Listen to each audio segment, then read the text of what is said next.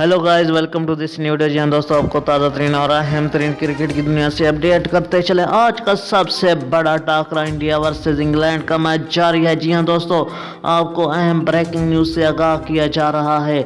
ये कौन सी टीम इस मैच को विन करेगी वही फाइनल में जाएगी। जी हाँ दोस्तों, आप इंतज़ार इस बात का है कि कौन सी टीम सेमीफाइनल को क्वालिफाई कर पाएगी। उससे पहले दोस्तों, अगर अभी तक मेरा चैनल सब्सक्राइब नहीं किया तो काइंडली मेरे चैनल को ज़रूर सब्सक्राइब करें और साथ ही दिए गए बेल के आइकन कॉल के नोटिफिकेशन पर इनेबल कर दें ताकि तमाम तर वीडियोस आपको वक्त पर मिलती रहें। जी हाँ दोस्तों, ताज़ा तरीन अपडेट से आगाह करते चलें। फिलहाल तक 2 खिलाड़ी पवेलियन लौट गए हैं इंडिया की तरफ से। जी हाँ दोस्तों, विराट कोहली और रोहित शर्मा जी हाँ दोस्तों आउट हो चुके हैं। ये थी आपके लिए ताज़ा तरीन खबर। इस तरह की खबरों से बाखबर रहना चाहते हैं तो प्लीज़ मेरे चैनल को ज़रूर सब्सक्राइब करें और इस वीडियो को लाइक करना मस्ट है। मुझे दीजिए इजाज़त, मिलते हैं नई वीडियो के साथ। Thanks for watching.